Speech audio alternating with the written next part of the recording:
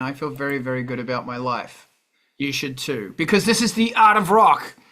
First and foremost, I'd like to acknowledge the Tongva people as being the traditional landowners of the land that I am sitting on now in Los Angeles. Every Saturday morning, I think it is every Saturday morning, join us here in the art of rock. Will messages work today? Yes, I think they work. Follow it on Angelspit's Twitch or the Facebook or whatever. Actually, fuck Facebook. We're not doing that anymore. This is brought to you by Angelspit's Patreon. If you've got $3 a month, you're going to help me out. Obviously, you can pay more or you can pay nothing because most of it's free and what isn't free immediately will be free eventually. Patreon keeps people going like me and Rezi. We'll get to Rezi's Patreon in a sec. On February 19, we're doing another Ice Planet 9000 gig in Hollywood. Please join us. It's going to be amazing. There is a playlist. If my fucking computer works. Oh, yeah, I got a potty mouth. Just deal with that. And I froze. Work? God damn it. The Industrial Incisions playlist is really amazing. And because it's not fucking pasting the link. Man, I am one angry bitch right now. Nope.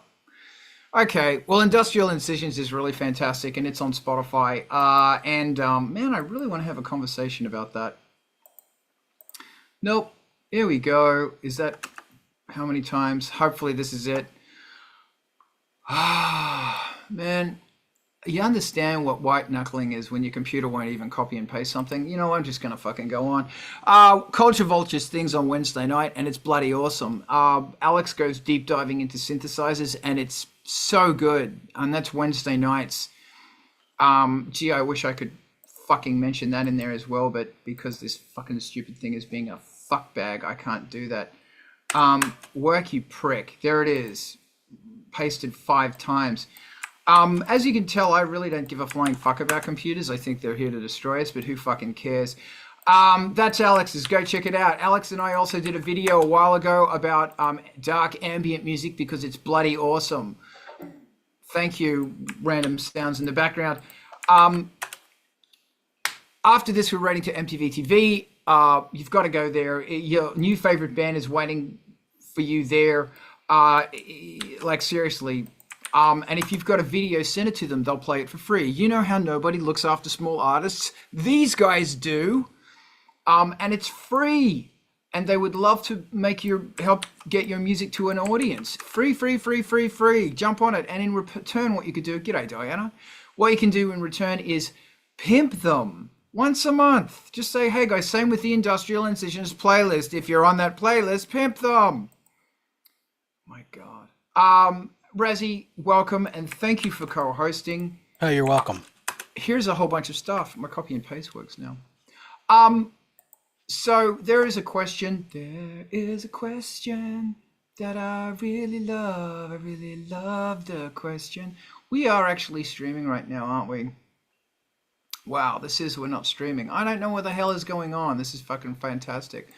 Razi, the question is, what specific elements make it your favorite song? Yeah. And why? How do you replicate that? Razi, go, and then I want you to ask people this brilliant question. I mean, what I was going to ask is what makes a thing your favorite song and why? Funny that you'd mentioned that. The way that I was thinking of it is like, what exact elements in a thing, because we focus on this sometimes, and we're talking about specifics as people who are about to make some music. Probably that's the service of. You love a song, but also we're like looking at what's inside it and what makes it worth calling your favorite and getting it back on play a bunch of times and keeping it in your heart and in your ears and in your head. And then like, how do you approach those elements to make them your own, to steal them, to look into how that might benefit your skills and stuff. Anybody got thoughts about that? Does that inspire an angle of inquiry for, all of us? Because if not, I'm going to go and go. I want to hear your brain. Oh no, here's Ivan. I'd rather hear Ivan though. Do it. Yeah, this is actually a great question because like you hear something amazing and you want to be able to be that amazing. So like it's an enormously large topic, because what what makes that song the one that you really like? What about it? Is it a synth patch? Dissect that and find a synth that can do it and then recreate it. I mean, that's a fun process in and of itself for a Saturday afternoon. Or is it the way the percussion's laid out? More than just the beat, but like all of the pieces that make that work. Yeah. And what makes that work? I mean, how much delay is on the hi-hat? There's so much depth to this. It's not even funny. I think there's infinite depth almost. Go back to synths. Like, what do you hear? Pick a favorite. Think of it, manifest it in your mind, and tell me what made it your favorite. Even with an example, I'd love to know, or more general. But take it from hearing it, recognizing it, and what do you do? Yeah, that bass sound that the Skinny Puppy uses in Nature's Revenge Hell yeah. is a thing of just utter fucking beauty. Like I love that part. Not just the patch, but I also really like the way that is laid out. I like those notes in that order with that timing. Because it works. Yeah. It's one of those moments of just like, wow, this is just sublime beauty right here. Like, because this is amazing. I think that is that's as it turns out, I think they did that on a Kurzweil, one of the samplers, and like. Have you taken that one and covered it ever, or played along with it, jammed with it, brapped, as it were, with that one? No, I have not actually. That might be just as an example of an angle into to get inside it. When I put that song on, usually I just get stuck, just drooling and lost in it. I want to go back to what you were saying. I want to get back to what you're saying about drum layouts, but let's bring Rob into this since he's got some stuff to offer too before we circle it around. Rob? Yeah, two things that kind of excite me, which I think are hard to replicate, is convincing use of dynamic range. So, I could give an example of 9 Inch Nails with Hurt, where it's very quiet and it draws you in and you get into the mood. And then right at the end, it peaks you out. And, that's difficult to get right without it sounding like it's a mistake. Whereas Hurt sounds intentional and it's meant to grind really aggressively. And I think it accomplishes that really well.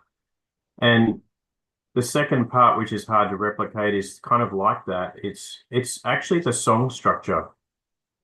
If you think about, the best examples that come to my mind are System of a Down, where you've got different BPMs, different levels of intensity, and it invokes a lot of emotion because it changes.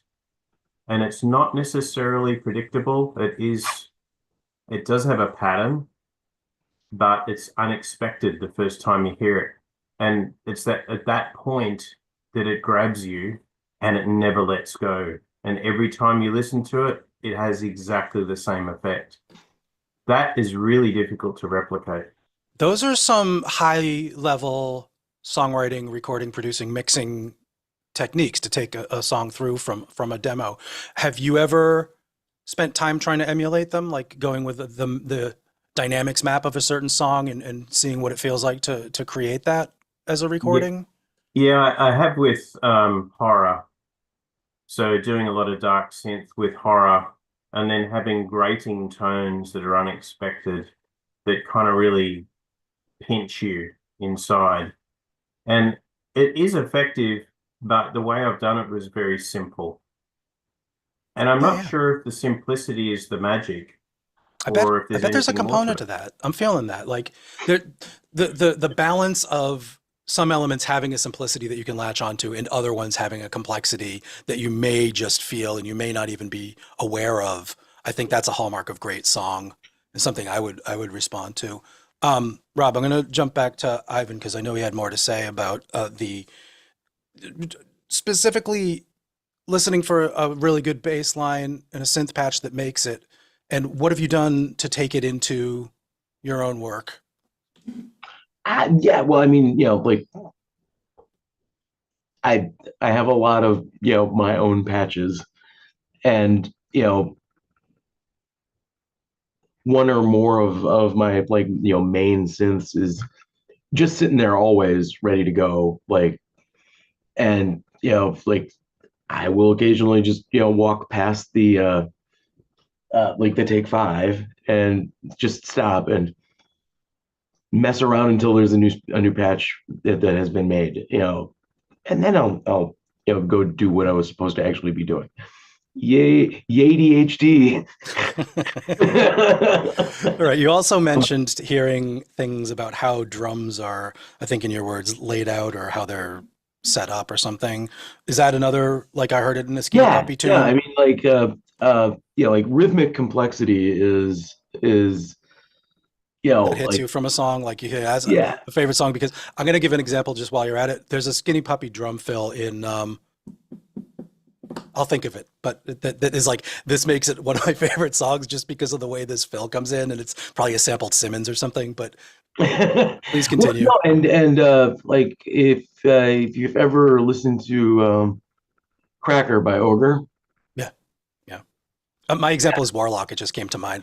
Warlock, yeah, and that is a thing of beauty. But yeah, Cracker by Ogre is what's the time on that one? Where the event it's not 4/4. Oh, the signature. Gotcha. Yeah. Right. Yeah, I mean, and it's proof that you can do like really crunchy industrial music, and it's not just four on the floor. Yay! We need more people like experimenting in that world at least. I would agree, and that leads me, if I can jump in with something that is one of my hallmarks of a thing, is like, I don't care if it's an odd chord progression overall, like the weirdness and being outside. I like things that are pop and have tropes and established, I'm a sucker for pop songs. But well, it's done well. It's done well. But yes, but that doesn't make it a favorite. That makes it a good song for the radio. It's a favorite if they do something clever one time around, where there's a little bit of a, hey, we're borrowing something for another key. Hey, this chord has a lot of suspensions that aren't resolved, or whatever, things that I don't know how they did. You get the 1, 4, 5, and it's just going on. But then you go to like, the 6 with a minor or something, and it's like, now my ear is bent. What did you do there? And those things I don't recognize immediately. I don't have the kind of like trained ear for harmonic progressions to know, oh, that's the 6 chord. But if I like what I heard, I might spend the time to chart it out and figure out what these chords are and how the harmony functions and why that made me go, oh my God, I love this tune because of how the melody sound on top of it. And I will definitely take it and plank it out on the keyboard or on a guitar to get inside the space of what they were doing. And then I wonder, like, when did the Beatles figure out all these chords? Like, did they know what they were doing? And you get a whole like universe of fanning out and trying to figure out and trying to incorporate it in your own work. Rob, you've got your hand up. I would like to hear you add something to that. Yeah.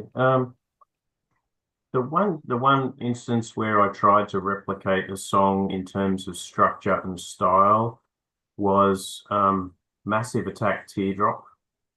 And it's a little soft, harsh towards the end as well. And what's interesting about that is that the melody of the vocal line is what stands out. And you don't always, Massive Attack is not really industrial, it's kind of fringe, but what's really interesting is when the vocal line actually has more melody to it that catches you than the rest of the accompaniment. And that's not easy to find in industrial. But it's not easy to find outside of Liz Fraser's head either. She's got a unique sense of approaching notes and leaving them with a little bit of coloratura. And also she lands on like she starts it on the 7 of the scale or something. It's a very dissonant place to start, and then she brings it in. She does that. And somehow this is a really good example of favorite songs, because I have a few for me too, like Liz Fraser things that are like, that's favorite. Oddly, her cover of Frosty the Snowman is like heart-rending for some reason. It's a seasonal thing. But there's a lot of Cocteau Twins songs, and also that the Massive Attack song, where her melodic approach and the ambience of the thing that's the whole thing. Yeah, and chords are great, and there's some sounds. They're not great sounds, but oh my God, the way it comes together with her putting these dissonances and scooping them in on top of it. That is a favorite song maker. Absolutely, for me. Very unique. Thank you for bringing that up. Did you have more thoughts on that one specifically? No, that's all. Cool. Hey, Carl, I wanted to check in with you to see if you had anything to add. It looks like you're concentrating, but then it looked like you were looking away. And, I've been giving this a lot of thought. Like, so it's interesting that a song that I always, and I don't know how much of it is, how much of the song has like captured my imagination, or it's the word escapes me right now. For example, Depeche Mode, Just Can't Get Enough, it's shaping this most curious sound in it, because there's all of these layers of synths going on. And the interesting thing about the sound and the nostalgia in that song is that when I first heard it, I could not differentiate, because I didn't have the knowledge to hear into all of the things that were happening. Whereas now I can hear a song like that and I can go, I hear a bass part, I hear this, I hear this, I hear this, I hear it, like you can hear it. But originally it was just this bubbling mass of sound. And that's something that's really like fascinating to me, that as I learn more about music, I've lost the ability to, I have to imagine it.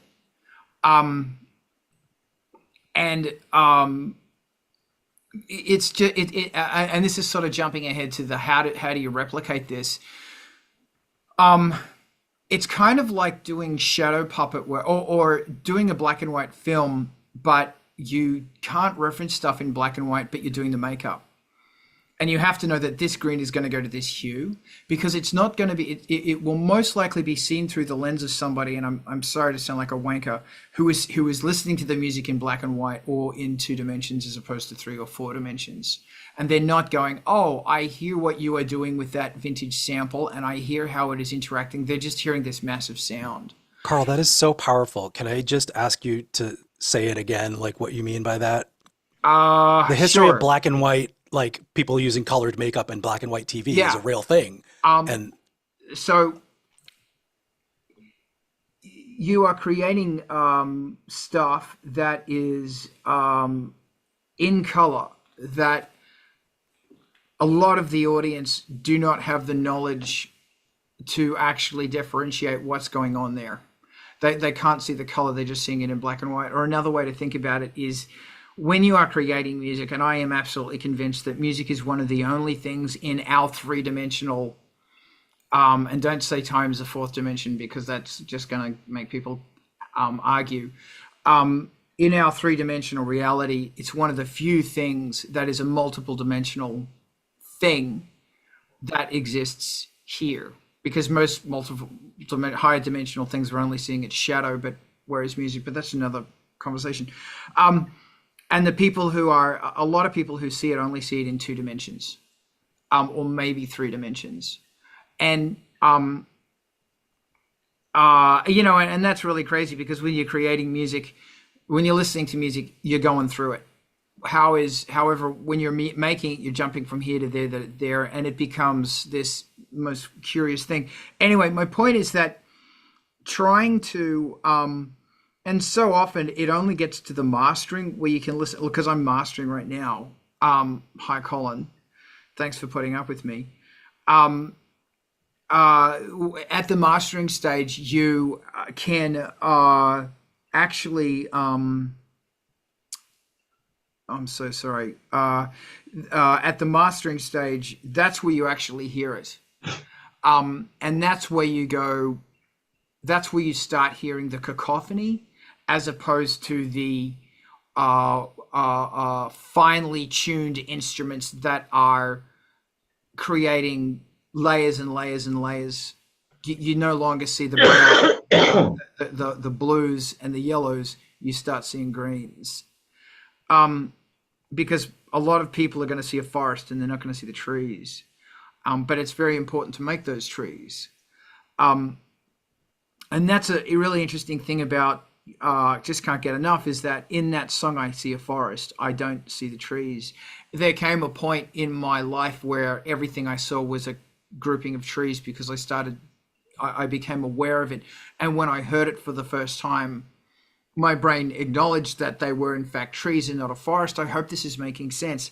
But the important thing is to be able to realize that people are going to be seeing the trees. And trying to imagine that is really difficult. So yeah, there's another example as well, and that is Jean-Michel Jarre's Oxygen, that there's so much stuff going on in that is blatantly mistakes, and they're fuck ups, and there's shortcomings in technology and all this other stuff. And as the album's been remastered and rebuilt and blah blah blah, they got rid of all that stuff, so it doesn't sound as haphazard.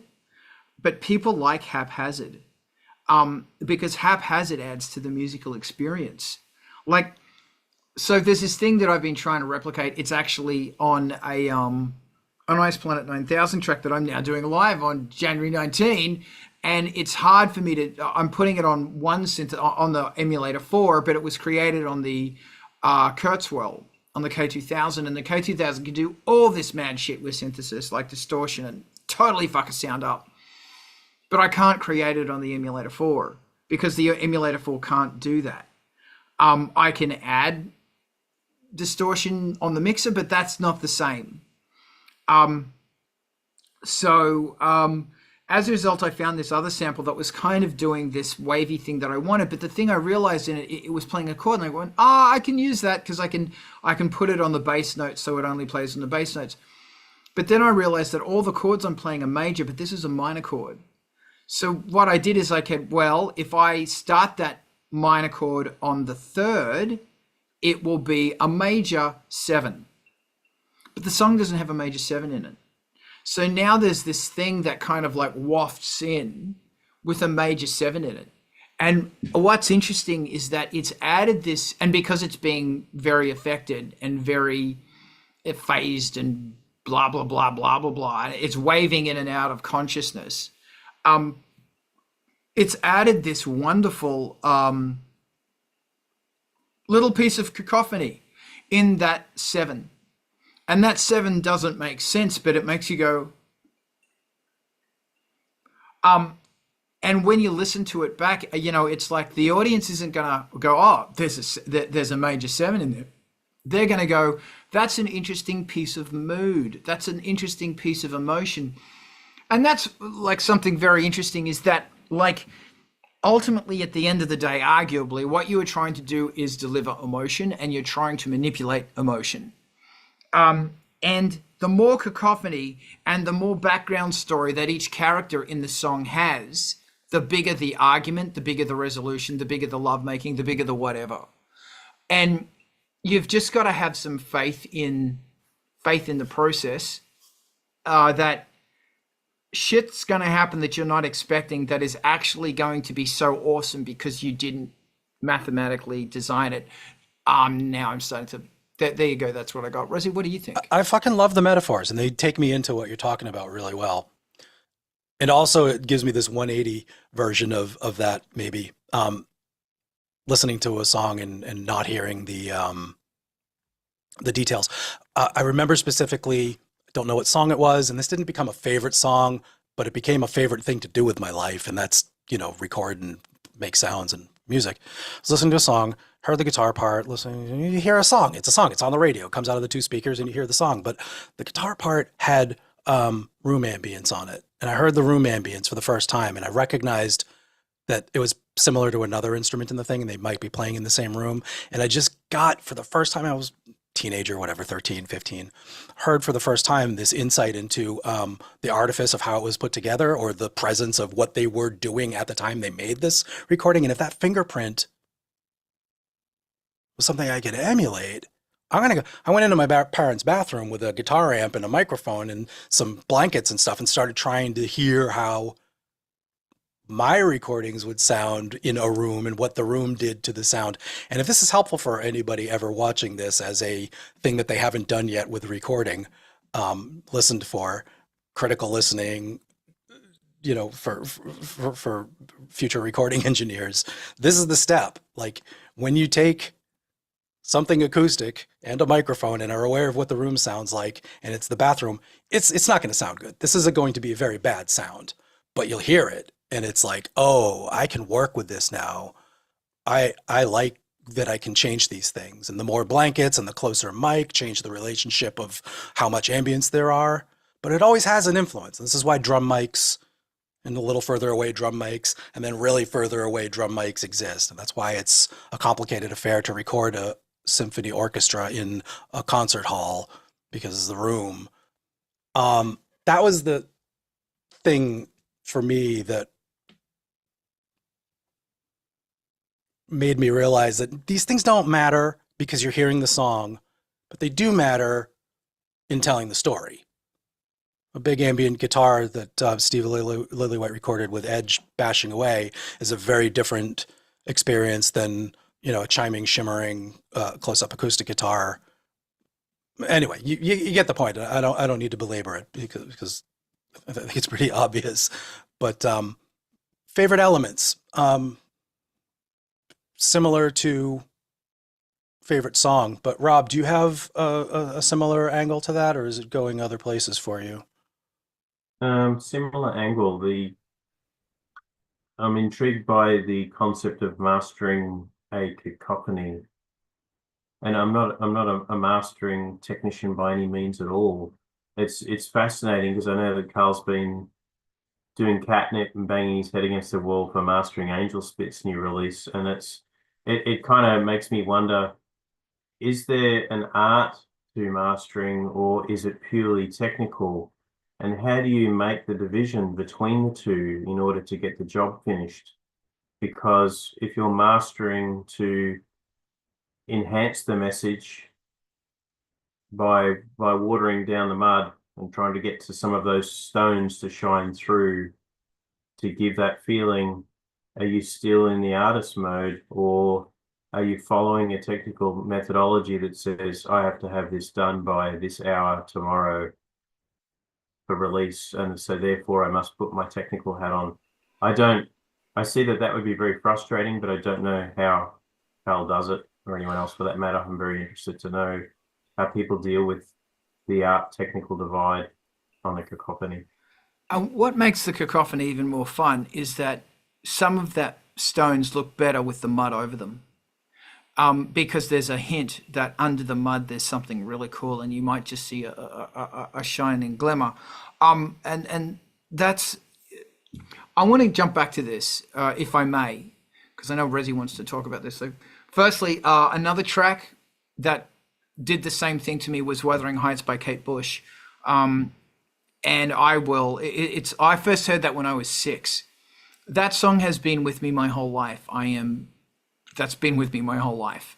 And it's funny that only recently I sat down and I listened, really, it came on, as it always does with me, and I listened to the arrangement.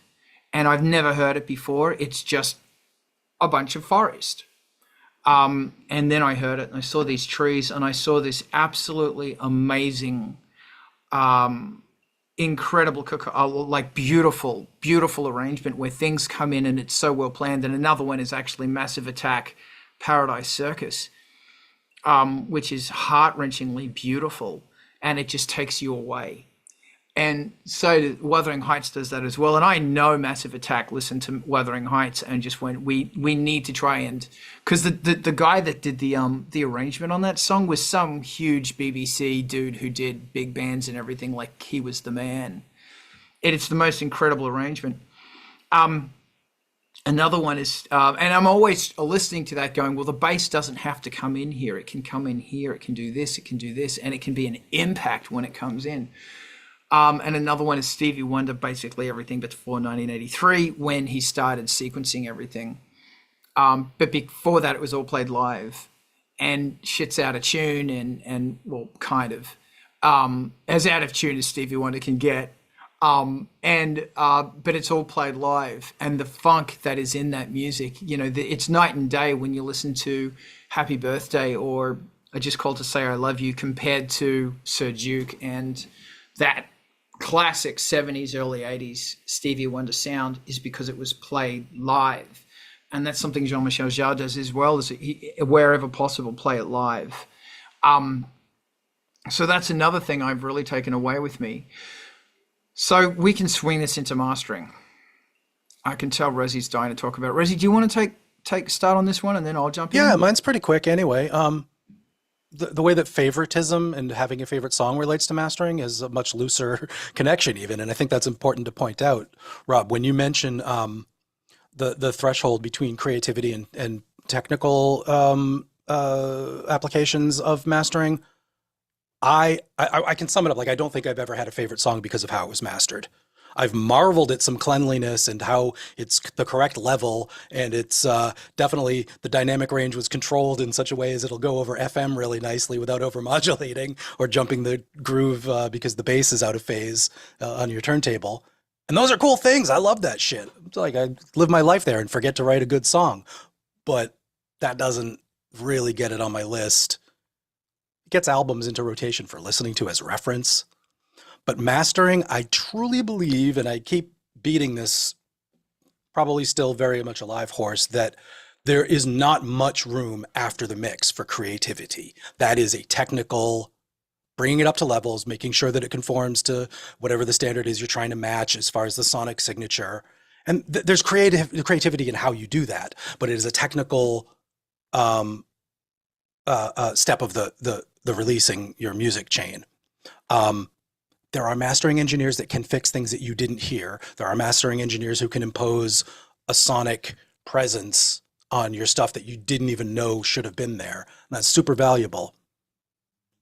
But that hopefully is the least part of the creative work and isn't going to change that this is the favorite stuff in the song. Yeah, we're going to feature the bass somehow because it was mudded up and you messed up the mix because your monitors suck. Mastering can help with that. It's not going to fix it. If I heard that problem as a mastering engineer, I'd say, send it back to the mix. Let's feature this mix-wise, fix the mistake. And I like beating this because I think we're more mixers in our songwriting stuff than we are mastering people. So fixing it and getting it addressed and communicating with somebody who's got their ears in the mastering world is super important for that. And to bring it back to favorites, that those mistakes, weirdnesses, innovations, arrangement insanity, funny voices that the singers are doing, like Kate Bush, like what even is that?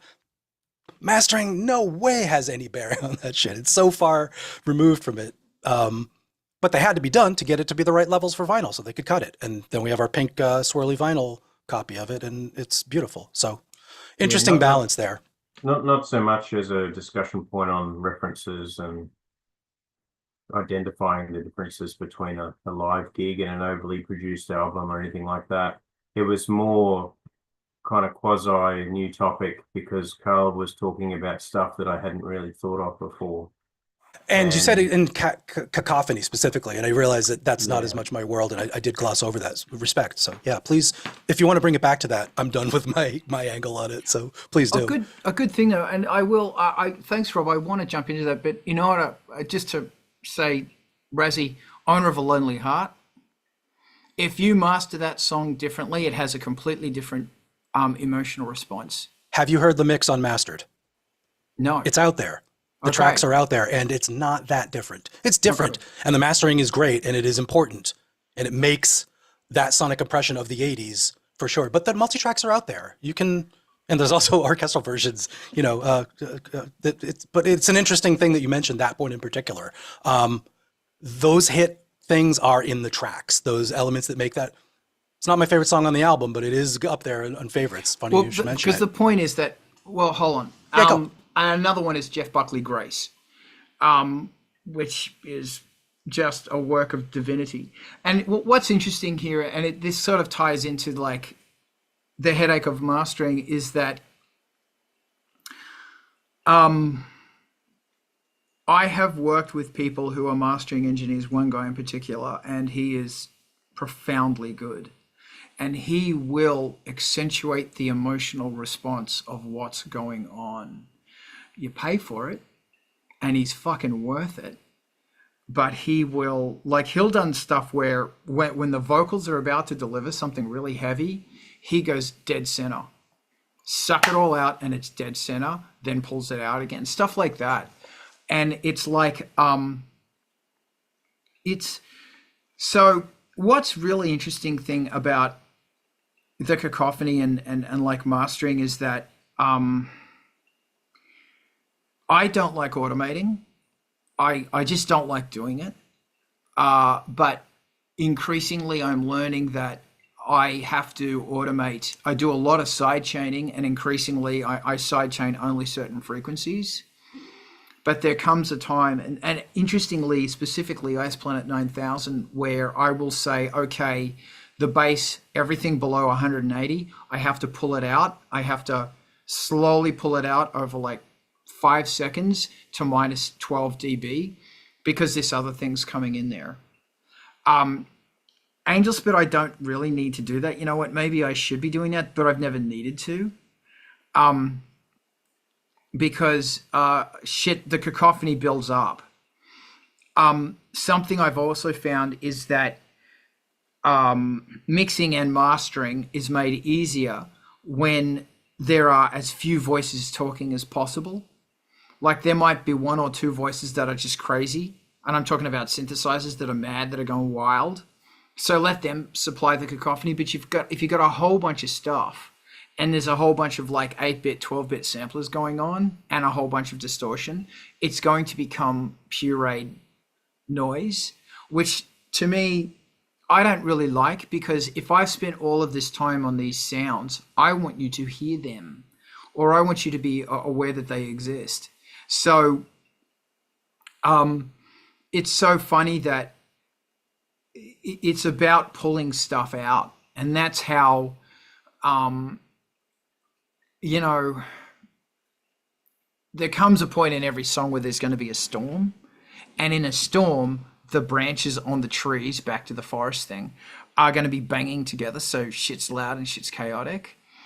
But the trick is that you might, I don't like saying cutting off the branches, but there might come a time where at the end of the song, you either cut those branches off or they magically fold down, so there's not as much clatter. Because when everything's still, you want to see that foliage. You want to hear the color. You want to hear those sounds. But when shit starts building, when frequencies start opening up, and when more stuff comes in that is invading other areas, you've got to start pulling that stuff out as well.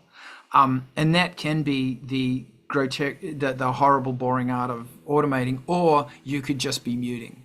And you could be saying, this guy talks, this guy talks, this guy talks. This guy talks, this guy talks. They don't all ever talk at the same time.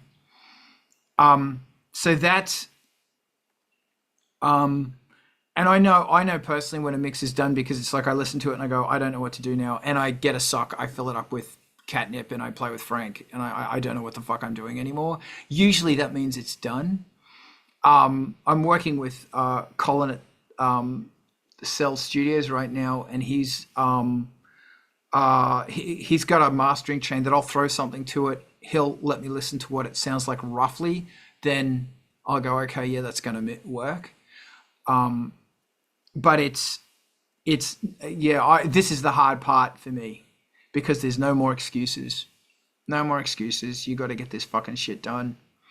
Razi, what do you think? I like thinking of automation as another thing that never fucking made a hit song. But, you know, like I just watched a Chris Lord-Alge free mix with the Masters thing that was up, and he was mixing a Muse song. And when you've got an SSLG series with the, you know, computer automation, you just have to do it. You have to like latch mode and touch the faders and do the stuff. And like, oh, here comes the chorus, gets a lot louder on the vocal. And you do that stuff. And it's like, classic automation pass. It is a thing in the mix session that you do. And I'm with you, dude. I just like, if you can achieve the same thing with a couple of clip gain settings, not as a pass, but while you're doing the stuff, and like removing the stuff that you don't need in this section by just deleting it so you don't even have to think of it later.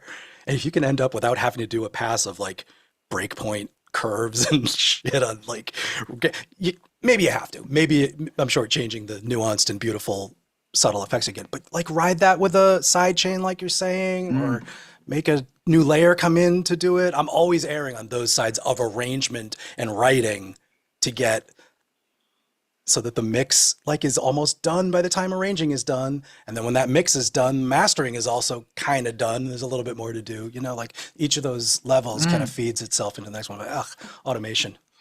And it's also really interesting that the whole time you've got to, like, the whole question is, how does this song make you feel? Like I want to make you feel in love or angry or inspired or floating through space or whatever. And it's really difficult to say every decision I'm trying to move towards this particular outcome. And sure, man, sometimes you're going to go off key or off note. That's fine. Songs evolve, songs change, but it's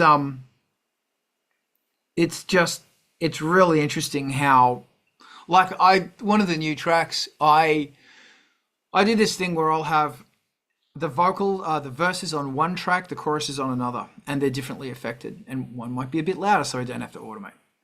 And then they both go into a vocal bus, lead vocal bus. Then there's all the backing vocals, and that goes into a backing vocal bus. So there's two vocal buses going on. But the vocal bus, the main vocal bus, here's trouble.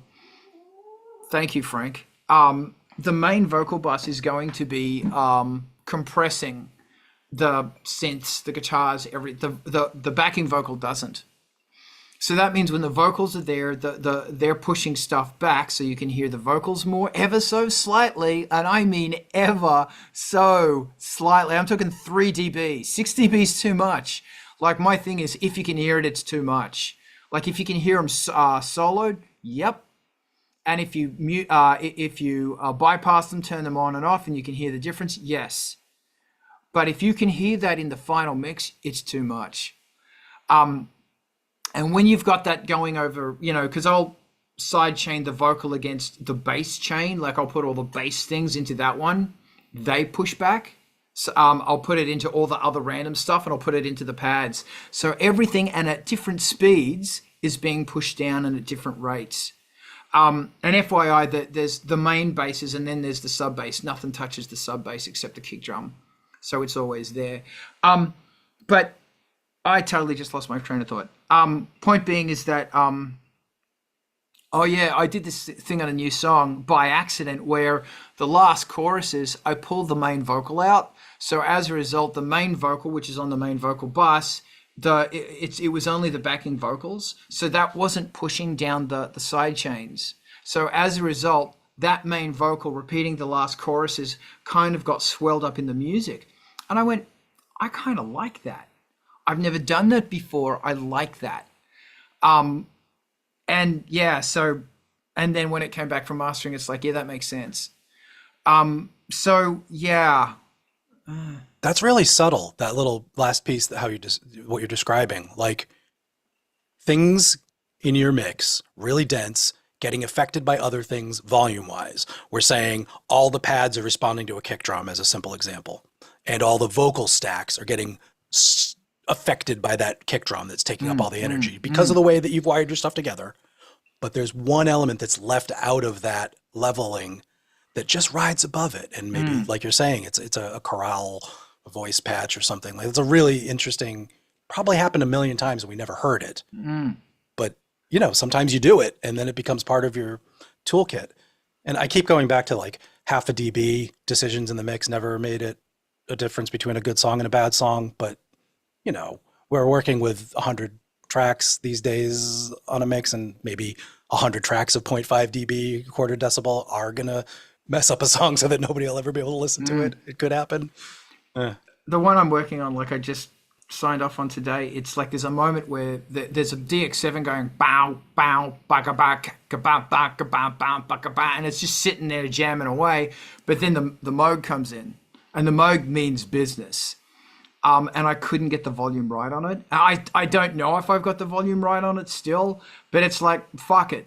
It is what it is. And then I was like, every time I do this, Rob, give me a sec.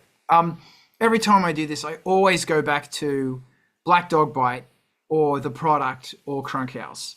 And I always go, or, a whole bunch of different albums. And I go, well, I hear what I'm doing here. Then I'll go back to like everything before I moved to the USA.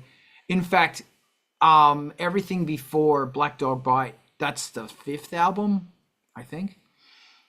There's no side chaining on that, on all those albums, and there's minimum amounts of maximizing, and there's all of this stuff that I didn't do.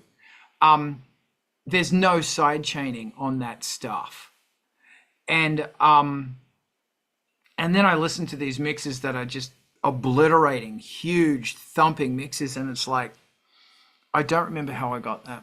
But the difficulty is when you hear something new, it hasn't had time to seep into your brain yet. You're still hearing components. You're still hearing chaos. Rob, talk to me. Yeah, the ability of the artist to still stay engaged in the mastering process is dicey, I guess. And you've got to still be focused on the end product. You need to hear stuff that makes you go from this is good enough to, hey, now I'm smiling because you've accentuated something that I don't think I really got in the mix, but you've nailed it. That's the really curious part for me because, technical and mastering, that's a whole thing on its own and it has its end state. But for the artist to be carried through to the very end and stay engaged and stay focused on it is nail-biting, frustrating, but also rewarding if something new and shiny comes out of it.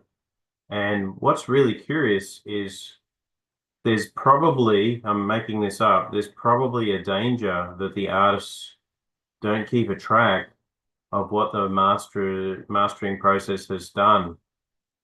And if you've changed technicians for mastering, you might get off track on a happy track or an unpleasant journey and get frustrated even more, saying, why doesn't this sound right? Why doesn't this sound the way that I intended it to sound? And unless you have that technical knowledge, you may miss some important things, like you mentioning the side chain with or without. Good or bad? Is that the right pattern? Is this a new pattern? Yeah, I think there's a lot of artists out there who've never attempted to do mastering. I've only done very little. So for me, it's not witchcraft. To me, it's technical. And how to converge the artist with the technical for an appreciated end state that doesn't sound overly produced. Because to me, a lot of Peter Gabriel stuff, some of it sort of comes across overly produced. Maybe not the live, but the album stuff, it just sounds too perfect. And I'm sure the artist himself didn't do all of that. He may have, but I don't know. Maybe he had an expert to get it to the label. And that's my fascination today, Carl, and watching your Blitverts on the Catnet, is there's a cutting edge there where you're going to cut your throat or cut an album. It's one of the two. I like that. That's really good. Thank you. So I want to just, if I can, this is really interesting is that, fuck, I lost my thought.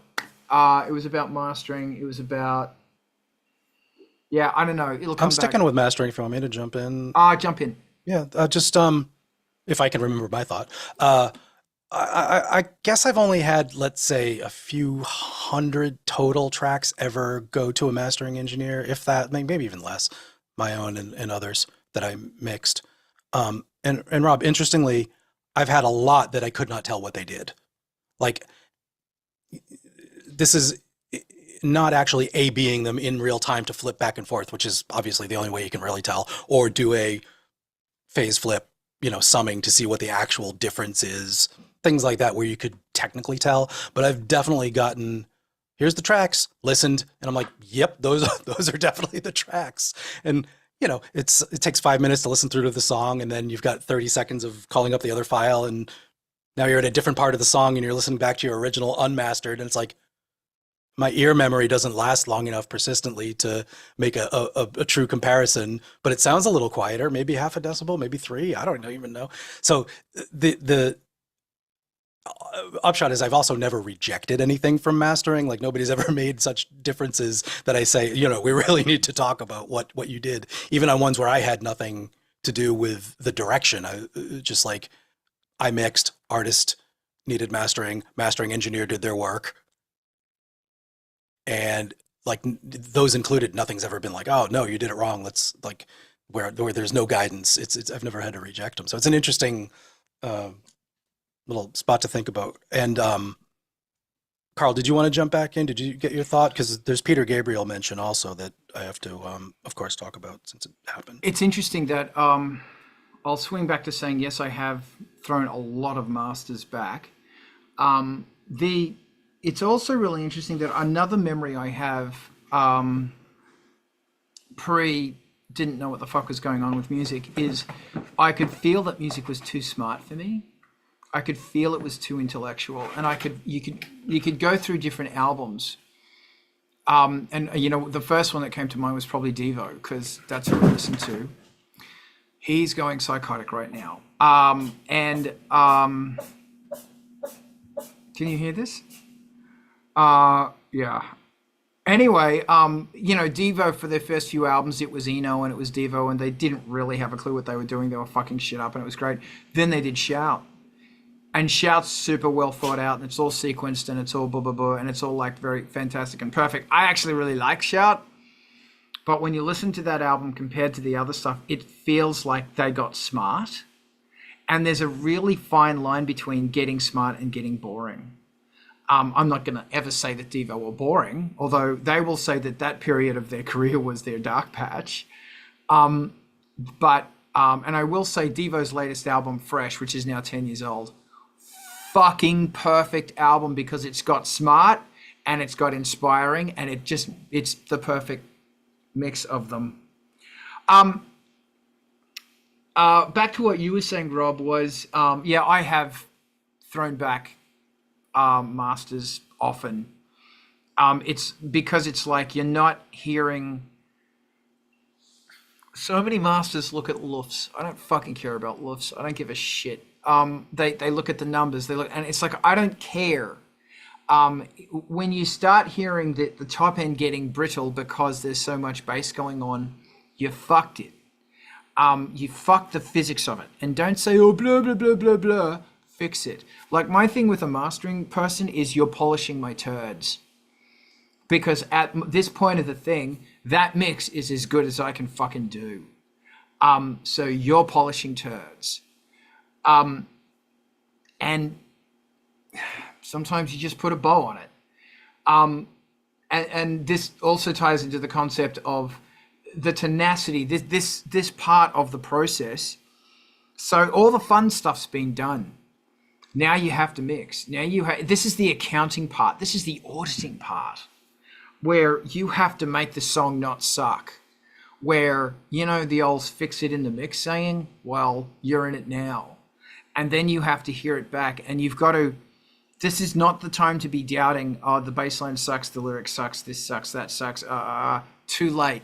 That's why you've got to have a fucking spreadsheet where you are putting numbers in the spreadsheet to say that shit is done or shit is not done. Because you are going to doubt yourself like, and that's why I think you've got to get a mastering person. Currently, like I said, I'm working with Colin, who's at the Cell Studio, and Colin's great. Because Colin's polishing my turds. It's important to pass it on. It's important to pass it on to fresh ears, fresh rooms, someone who's got a room, whatever. Fucking, if it's worth it, pay for it. So, yeah, I just totally went off course there. Tenacity, man. No, that's important stuff, though. Like, what's interesting, and all the procrastinating shit, it's like all I have to do is listen to the mix and say, yes, that's it. or all I have to do is listen back to the master I got and say yes or say no. That's it. And I go, in 5 minutes time, not only will I have listened to the song, but I would have sent the email. Fucking do it. Because it's so, sorry. Floor is yours. I like what you said about you don't care about LUFS, and that is definitely why you pay a mastering guy, to care about numbers and volume and loudness and spec for delivery and what the distribution layer is expecting you to have and how it'll work with other tracks. Like, yeah, definitely if you don't have to have that enter. And I mean, it's good to have in mind when you're doing the mix so that the mastering engineer doesn't have to do a lot of work, but spot on not having to be burdened with the current generation's trends of how to measure loudness. And if you're meeting a certain dynamic range spec, like, who fucking cares? I'm trying to write a poignant lyric. I want it to be quiet here and loud here. And that's why my song goes this way. Master it as such. I don't know what the numbers are going to be. Just make it preserve that, please, as the artist to the mastering engineer. And Devo going from like dumb to smart, like they're obviously artsy smart guys, like clearly to do what they do. But that initial stuff, like the demo years are so brutally anti-intellectual as a message that it's fascinating, it's interesting, and that's a good kitty. Can we switch to that for just a second? Presenting your cat is a. That's right, Frank. Yeah, Thank hold you. Frank up to the camera and then change to Ivan. That face! Oh my God! Thank you. Pure trouble. Go on. The demo for Mongoloid versus the album version for Mongoloid show a little bit of this, like when but like there's some brutality and abandon in that shows. They're doing pretty sophisticated stuff with their wordplay, and their choice of topic is offensive and strange. But the dumb version is fantastic, where it's not thought out with the mix as much. And possibly this plays still. I'm like grasping to bring this into favorite songs and stuff. Like I've gone back to that particular recording of that particular song and been like, the synth at the outro of that is so distorted and played with such abandon and not quantized and re-edited from multiple takes. It's just somebody banging on a mini moog. Like, the way that it expresses its moment in the song and announces itself. Like the recorded version, the album version doesn't do it. It's not the same. It's still an awesome song, but it's a cool, instructive little piece of a little favorite moment in there for me. So, yeah.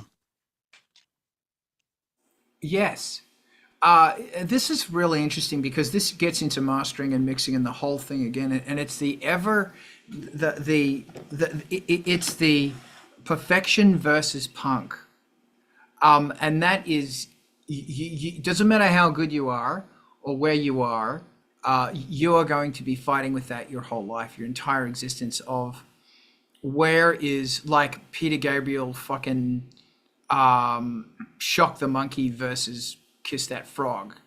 Although it's difficult with Gabriel because he's so precise. But Devo's a great example of reckless abandon by very smart artsy students. And also this ties into another thing you mentioned as well about mastering, and there are such trends in mastering that disturb me. Like when it was the EDM dubstep crushed the fuck out of things, when it was the 90s let it breathe a little bit things. My concern is that, and as the technology of speakers and everything gets better, supposedly, they can replicate those sounds better. But I don't want people to listen to music and go, oh, this is clearly done X because, you can hear the sounds. Like, I don't want somebody who knows music to be able to do that. And I know I've had it, and it's interesting that Spotify said, was it Spotify or somebody said that these are what we expect. This sounds better on streaming, but the vast amount of artists just said we don't care. Was it Rick Rubin or someone? I don't know. Somebody was saying how people just the integrity of the song is what's important, and the trend of the day is not, because trends come and go. Songs are forever. And that's another thing you've got to remember is that, you know, fuck the trends, man. Your song sticks around. I yield the floor. Frank's purring. Nice. He doesn't purr much. You got him. Yeah, it's his ear. Chilling right out. Yeah. You stick your thumb in his ear gently, and yeah. you just stroke the outside of it. That's adorable. Oh, yeah. I think Peter Gabriel's an interesting little case study there, and now I'm just really thinking about cats and not so much recording, but they are related because, you know, there are supervisors in the studio, and it's very important to have their opinions in mind the whole time and watch their reactions to what we're doing. As long as they're asleep and purring, we're doing something right. Yeah. Gabriel is an interesting, like, two extremes. First of all, he puts those pop songs on every album. Like, my touchstone is So, obviously, or if we've had this conversation several times, and there's a couple of songs on there that are the obvious pop songs, but the way that I've found it, like, my favorites are the ones where he's writing about a poet and excited about the samples that he found, you know, like, you go back to the BBC doc when he was recording Security and he found Junk to hit, and it's like he is so childishly engaged in the amazement of a Fairlight playing back a Glass hit. He laughs. He's like, you know, he's giddy with it, and that kind of carries all the way through, you know, in some cases. And he took that with him through years and years of his career. And I don't know, for whatever reason, I like relate to discovering samplers as a fun way to be inspired about music and hopefully make some favorite moments and stuff. I think we all went through our own versions of that. But talking about his stuff being smarty pants, like, yeah, definitely. I mean, he gets somebody specifically to play the hi-hats on this track and the rest of the drum kit on this track. And, like, I mean, Tony Levin is not a slouch bringing up the low end on that stuff. This is a seasoned, been with the jazz heavies the entire time, coming in there and playing, like, boingy little couple notes on a bass line. So it's an interesting serve the song and still have it come through even after all this complex artifice in one of the most technologically advanced and beautiful studios in the world that he owns and was doing this work in. It's like, does that get in the way of just making cool tunes? I don't know, man. I mean, he's got a couple favorites. I want to think more about how that works into great songs, because he's got hits that I don't find favorite, but he's also got some of my songs that are my favorites that don't have those same trappings at all. They're just from a very different direction. Awesomeness. Rob, what are your take on this?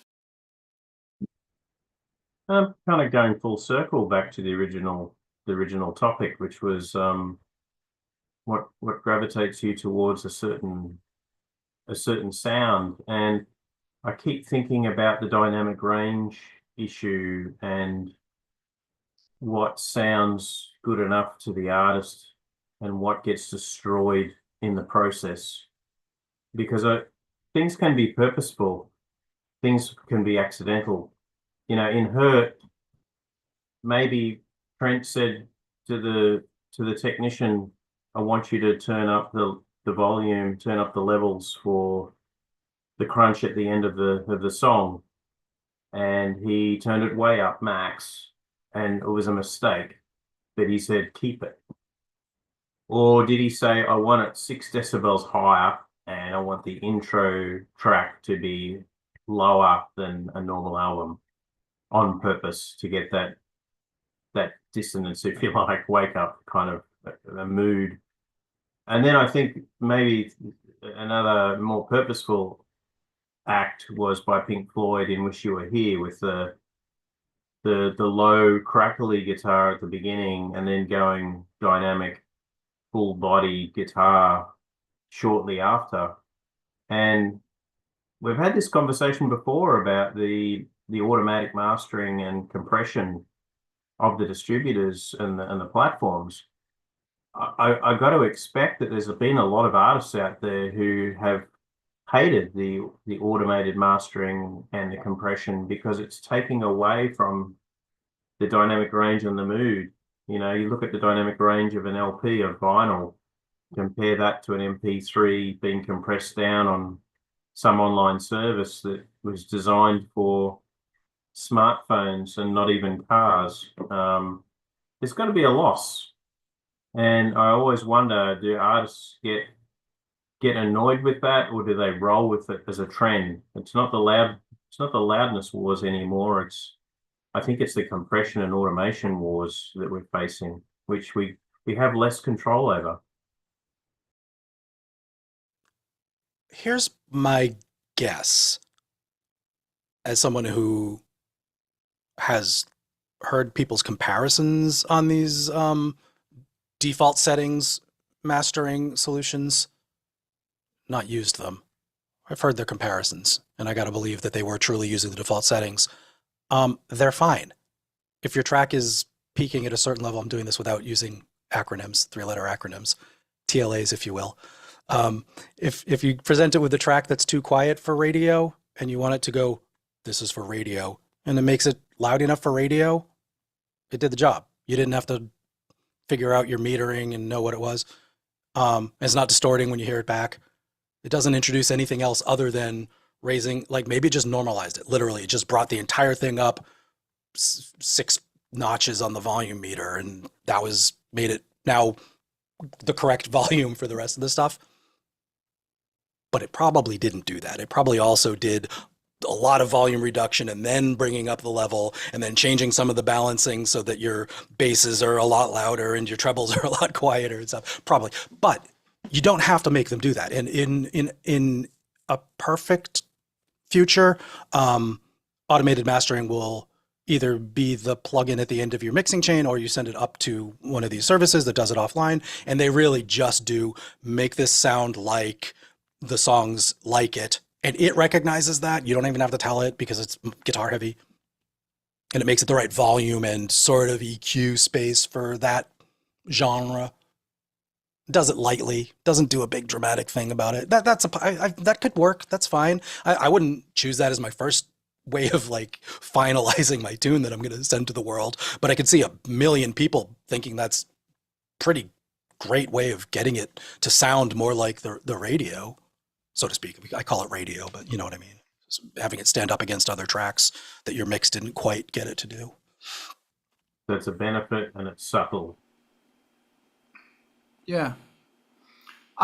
Thank you. Ivan, what are your thoughts? Oh, I probably have a bunch of them. The like, especially mastering these days is difficult to tell what the right direction to go with it is, because we were talking about 2D and 3D earlier. Most of the time your stuff's going to get listened to in a highly like mono friendly environment, like just listening to it on listening to it on their phone, which is like a huge number right there. And then maybe you get lucky and you're getting played in clubs. Guess what? That's all mono. So I've been leaning, like I can spend a whole bunch of time on mixing and get this just beautiful, multi-dimensional, get the music swirling around in somebody's head. But they're never going to actually experience that because, the phone's not really, stereo. The club's not going to be stereo. When you're in your car and it's stereo, like you're sitting on one side of you're sitting in one of the channels or the other.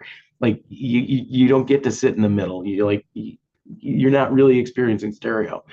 And quite often, even like most users, like if they're sitting in front of their computer listening to it, even that's probably not going to be a very like it's not a really a good listening place. If they put on their headphones, then things change, but you don't know what they're going to do, and you need it to kind of to always work. And so I have been finding myself just mastering, mixing, and then mastering towards just mono. Yeah. Yeah, it's like Tried and it's always true. safe. Make sure it collapses to mono and not everything phase cancels out. Because that would suck if it gives you a big hole in the bass when your thing sums to mono. That's good advice, and that's always been the good advice. However, I have a little bit of a rebuttal to what you're saying, Ivan. Provocative, I know. I don't usually buy new consumer tech, but I did this year twice, and both of the things that I bought, one of them's a phone, one of them's a laptop, sound fucking fantastic in stereo and with a bass representation and dynamic range and the amplification that I would not, it's uncanny.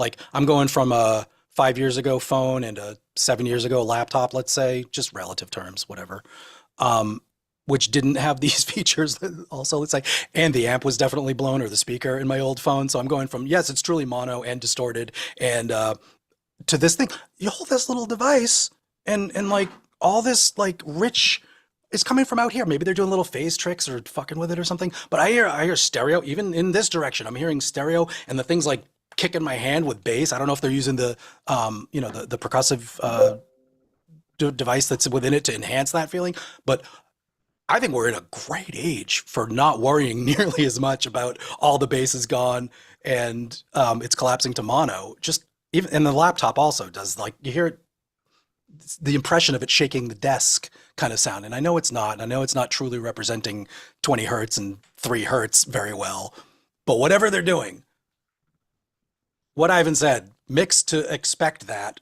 and listen on that. But we're getting so much better as far as the consumer electronics presentation side of it goes, that, yeah, it's an interesting little angle. Did you want to follow up? Yeah, no, I love throwing parts onto, like, Brower Motion, that plugin, because, to really get that going. And, I would love to, like, really mess with 5.1. Not simulated, but actual, like, 5 speakers, like, and a subwoofer. Yeah. Because, like, you can make it, enrich the experience. I just worry that the vast majority of the time it just won't get noticed. Yeah, that's fair. I think that's always been the case, and it's to say you're worried about it is good. It's a good concern to have, and it's a good, like, I don't own an Auratone, but I really always wish I did. Like, the thing, single cube speaker on the middle of your desk or off to the side, kind of far away in a bad listening position. The more you can mix on that versus headphones, you probably will have an easier time at the end of it, making it translate when you listen to it in the car and on the phone and on your thing. And then there's just one other little subtle thing about that, like, you're talking about mixing in stereo in 5.1, and I don't know, man. Like, the difference between binaural and stereo, like, I listen to headphones so much. Earbuds are always in, and the wireless headphones are always on, and I listen to almost everybody's mix. So it's important to mix, for me, on headphones, because I expect everybody's always listening to headphones. But then you put them on the speakers and you get stereo instead of binaural, and the left speaker is hitting the left ear and the right ear, except for the occlusion of your head. The right speaker is doing the same, and your head shadow comes into it, and the room ambience comes into it, and it's a very different summing in your brain, your ear brain experience. So that's another dimension, not just mono, not just headphones, not just 5.1, but also true stereo in the room. Like, there's a lot to keep track of, a lot of moving parts. And depending on how much intention you put into flying those signals around, that may be an emphasis, but also just getting down to, is everybody on all these different systems able to hear the stuff that you want them to hear? You're not presenting it in a frequency or stereo space that just gets destroyed and obliterated. Carl, back to you. You're done cat sitting. I'm done catting. Welcome. Thanks, Ivan. It's interesting. A lot of what you said, I agree with it. It's interesting. Well, it doesn't matter if I agree or disagree. What's interesting is that mastering is really there's so much personal taste in it. I recently got a mastering package. I hate it. I spent money on it. I hate it. Was I shooting my mouth off about this last week? I just don't remember.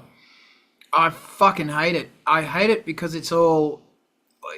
The more I throw myself into and I'm exposed to AI, blah, blah, blah, we're not having this conversation, the less I am afraid.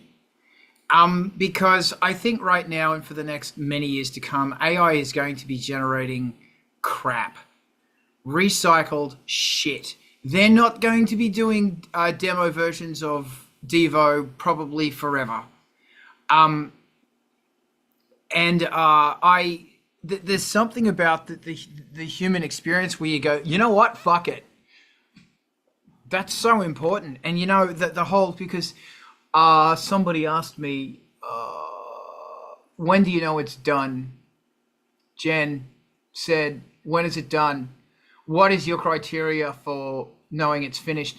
Mine is not giving a fuck anymore. Like, I'm fucking done.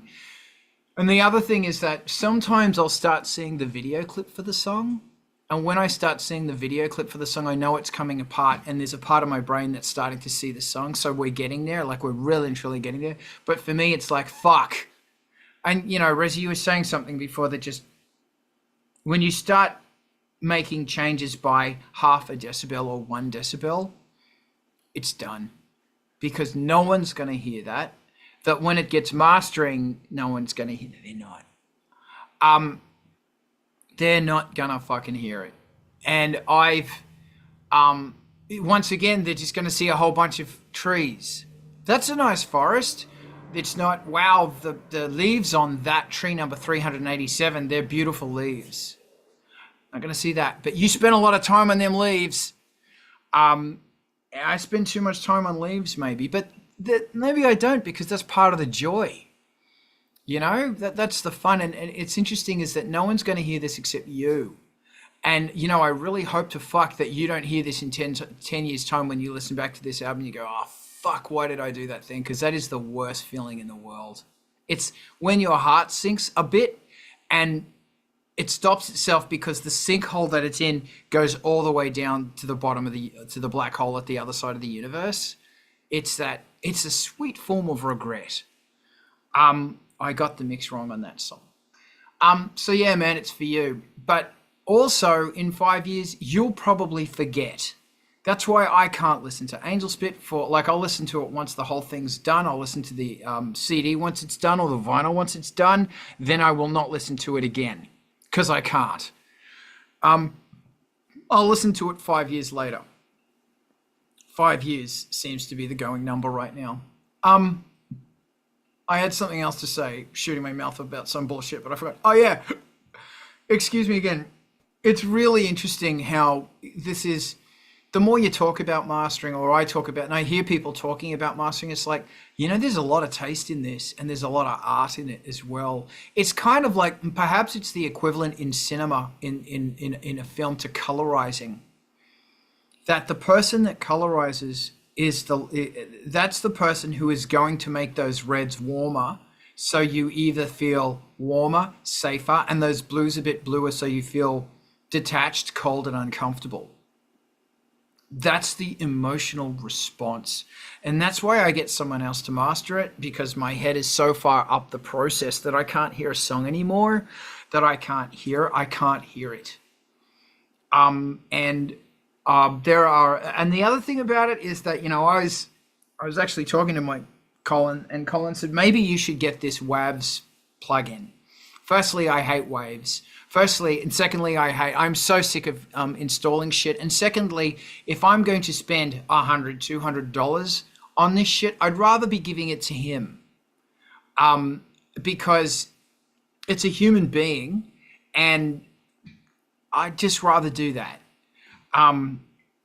Plus I'm a lazy sod, and if I can get out of doing this shit, I'll do it. So yeah, Razi, please. Waves in particular is like the most opposite a person that most of the plugin companies can get. Like, they are, you know, when you're in the studio on a day and a salesman comes in, it's from them or Avid or somebody. Like they're the salesman trying to tell you which processing rack to get with which plugins, and it's like they get the jersey with the embroidered logo and stuff. It's like it's definitely those people, and yeah, $100 better spent on a human in Yeah. most cases. What's Not that they're really- bad plugins and they have actual artist names on them and stuff, but that's how they operate. It's like, so I got Isotope. I went, because I was using Isotope 3 on Cubase 5, and now I'm on Cubase 13. I have to go to Isotope 11, and it's got all this AI stuff in it. And I listen through it and I go, nah, I'm not at all afraid of, I'm not at all, I don't think there is ever for the next 10 years going to be a plugin that says make it sound like Angelspit so convincingly you'll get it past Carl. Because you fucking won't. And this is the other thing as well, you know, is that so many albums that are classic to you and they're great, they're shit. They were done on crap. Fucking Frontline Assembly. Come on. Tactical Neural Implant. I have got more technology on my phone than they did on that whole album. Same with Skinny Puppy 2 Dark Park. They're brilliant albums, but they were done on minimal technology with no fucking plugins. Minimum maximizing, minimum blah, blah, blah, blah, blah, blah, blah, blah bullshit. They were a bunch of really fucking good ideas, and they hit that point in you. And you can say, well, partly that's nostalgia. Look, dude, I can play Tactical Neural Implant today to a kid who's never heard it today, and they will be blown the fuck away. I will play Two Dark Park to any human being at all, a select group of human beings, and they will go, fuck. What the rest of them will go, what the fuck? Yeah, there you go. Yeah, like how, what, how, and they'll be, you know, I was thinking that Two Dark Park's one of the greatest pop albums ever done. Those songs are fucking pop songs. They are, and I will argue it. The point is that you don't need, and I keep watching these videos of, yo, top 5 tricks on how to fix up your mixers and your drumming boss. All I'm using is the blah, blah, blah plugin, or go, blah, blah, blah. And it's like, fucking, this is the really interesting thing, is that you get to this point in music as a musician, you are desperately looking for this thing to polish that turd. You're desperately looking for it. And if it's not the new keyboard, or if it's not a new guitar or guitar strings or a pedal or what the fuck ever, you think it's going to polish your turd. It's not. It's this strange compulsion that I've always looked at gas and all these other things, and I've always gone, addictions are fantastic. Fear and addictions, they're great because they're easy to manipulate and cash in on. Fuck you. More to the point, you're being fucked. Please remember that. And I'm not, that was a comment on democracy, by the way, not just music production. Fear is a great thing to cash in on. And paranoia and self-doubt and all of these things, and it exists everywhere in the whole swag of the human existence, but it also will keep it fucking local here. It's in music. Because, oh, if it doesn't work, I'll get a blah, blah, blah synthesizer.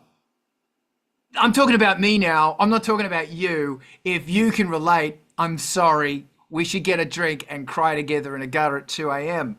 And that's the thing, is that when you're at the end of it, we're trying to sign off on these mixes, these songs, these blah, blah, blah, blah, blah, what the fuck ever. The first thing you're going to do is, I need a mini Moog.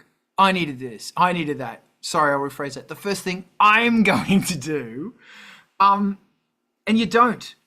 You need tenacity. You need focus. You need to shut the fuck up and do the goddamn work.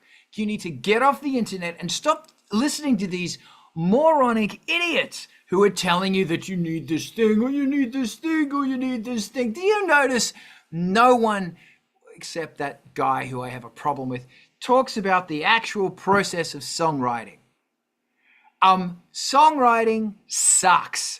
You're going into the core of yourself and you're going through the mud to try and find those diamonds. And as we were saying before, it gets to a point where you plonk out the mud and you go the diamonds and you go, you know what? There's something beautiful about the mud. And you put all the diamonds aside. It's the weirdest thing. And this is the joy of what it is to, is it joy though? I don't know. I'm going to rant. Shut the fuck up. I'm going on. So there's a job going, and I've been thinking about getting this job, and if I got this job, I'd have more money and blah, blah, blah, blah, blah, and all this shit. But then I realized I won't be able to make music anymore. I have an Angelspit album that must get out this year. It won't. May Graves album must get, in 2025. It's got to get out. May's album must get out. It won't. The new Ice Planet and the next Ice Planet must get out. And all the Ice Planet live sets, they're not going to happen. Because if I get this job, I'm going to lose all my time. I'm going to lose. It's one of those tech jobs where it's, people who work in theaters and stuff, they don't get Saturdays, they don't get time off, and they don't. If you've got a phone, they're going to call you even on your off day. And it's like, oh man, can you come in? Come on. And it's like, I just went, I can't do it. I did that for 5 years of my life, the most awful fucking 5 years of my life. I had money, but I didn't have time. I made no music. I was in a mess. And it's so funny that when I'm making the music, I'm incredibly unhappy. I'm incredibly, I'm in this horrible place. But what's funny is I would prefer to be in that horrible place. I can't express why. I feel like I am mining something within myself and in the universe, and I'm very blessed that all of my hard work in music has yielded, and I can pay my rent through my music and doing some theater stuff as well. But sorry to keep you up, Razi. That's the attitude I like. That's the it's just this. It's so curious how, I remember being in a tour van with someone on an Angelspit tour, and it wasn't going well, as tours don't. And we're 4 weeks into a 6-week tour, and we're killing each other, and it's hell. And somebody said some people do this thing because they hate themselves. Some people cut themselves. Some people do these horrible things to themselves because they hate themselves. We go on tour. And all of us went, yeah. I don't know why music has this strange dark gravitation to it. I don't understand why, but it's there. And it's not an addiction, it's a compulsion. In fact, it's more of a compulsion. It's a compulsion that's in line with the fundamental requirement to thirst for the knowledge, the human need to stare at the sky and go, what's there? What am I? Who is God? What is God? Am I God? Is everything God? Hey, what am I doing right now? I'm hugging deep space. I'm hugging space. Think about that. Space isn't out there. It's fucking in my room right now. So, music, it's a higher form of, and I don't know why I'm preaching to the choir right now. Music is a higher form of problem solving. You're not going to get anywhere else. Well, actually, there are a few jobs where you are going to get something like this, but you are making a decision every moment. And you are, just because it works doesn't mean it's the right decision. It might not work. Call back to Devo's Mongoloid. It might be completely wrong, but it is perfect. Don't change a damn thing. And that's the fascinating dichotomy. That's the thing about music. And a plug-in most likely won't fix that. And a new piece of gear, sure, it'll make you feel better, but it probably won't fix that. It's all inside your fucking head. Ivan, go. Yeah, the industry right now is our world right now is, I mean, we're not just, being deluged by synth-fluencers. We're also being, deluged by mix-fluencers and master-fluencers and video-fluencers and AI-fluencers. The sick sad part is, some advertising folks figured out the magic tricks for selling stuff to us. Because the message is always kind of the same, buy this plugin. You're going to sound magically better because of this plugin. Despite the fact that like that same artist, like either they've actually like their SoundCloud is empty, or they don't actually use that plugin other than for that video. There's plenty of that going on. And like they've really like perfected, these like sales messages. What you are going to sound amazing because you got this, bit of hardware or plugin or this rack mount or this Euro rack module, right, Carl? Yeah. They they've nearly gotten to the point where you open up a freaking YouTube video and they're reviewing a piece of gear or something, and it's like, hey, if you get this, you're gonna get laid. Just say it out loud finally, so we can all see it. Wait, where do I download that one? I also wanted to ask how many people on the panel, and this was before it was like just getting depressing and I thought it was still funny, had the yo, buy my plugin guy tell us which of the 12 different multi-band resonance peak soothers that we're supposed to download, because that's what everybody's using and it's really important. Because I know I've tried about 4 of them so far and they all require a dongle piece of hardware to even license, and so I've removed them. But how else are we going to know? Those guys are important. Okay. Buy my mix pack. And also, like the Fluencer crowd, like they should just wear, beige polo shirts with the company logo on them. They'll get a nice denim baseball cap with the company logo on it. I've just like reached the threshold with the current slate of photography and film YouTube influencers that I follow, where all of them are doing only releasing when they have an ad obligation to fulfill, and they still present it like it's a vlog or it's like a new idea, but all of them happen to be about like the angle, and their delivery is with these eyes that tell you that it's the one that they had to do to fulfill an obligation. I still love what I'm doing. I'm still back at it. Here's your boy. Art list, whatever. It's I'm going to be possibly starting a campaign soon where I'm going to be reaching out to a bunch of influencers who, and I've started, but I'm going to do it a bit more aggressively, who talked me into or sold me on a certain synthesizer. And when they reviewed that certain synthesizer, it was firmware version 1.0, which didn't work. And only one of them said anything about that. And I, now on the forum of that certain synthesizer, there are users who are up in arms going, it's 5 years past and this thing, this mighty flagship, has still got gleaming issues. This greatest polyphonic synthesizer ever built has still got, hey, it probably is, but it's got big issues. Meanwhile, the little sister, they just released firmware 1.3. And it's like, I'm going to start making videos, and I want to, because I was thinking the other day, $30 million was spent retail on this synthesizer. $30 million.